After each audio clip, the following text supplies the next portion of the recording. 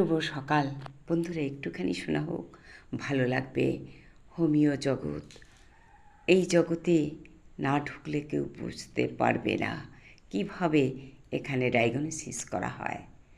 বৌমা এলো ওষুধ নিতে। কাকিমা, আমার শ্বশুর খুব অত্যাচার করে, আমি আর পারছি না। কিন্তু শ্বশুর মশাই সে হচ্ছে ক্যান্সারের পেশেন্ট, যা খুশি তাই করতে পারে, কিন্তু বৌমা সেই জায়গাটা নিতে পারছে না। বৌমার অক্ষমতা, রুগী হচ্ছে বৌমা।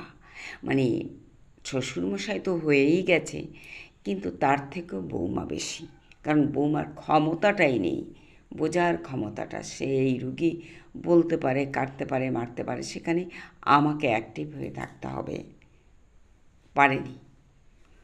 এইবার সত্যি সত্যি ক্যান্সার ভদ্রলোক মারা গেল, বৌমা কিন্তু দেশ ছাড়ল। এই হচ্ছে কাহানি।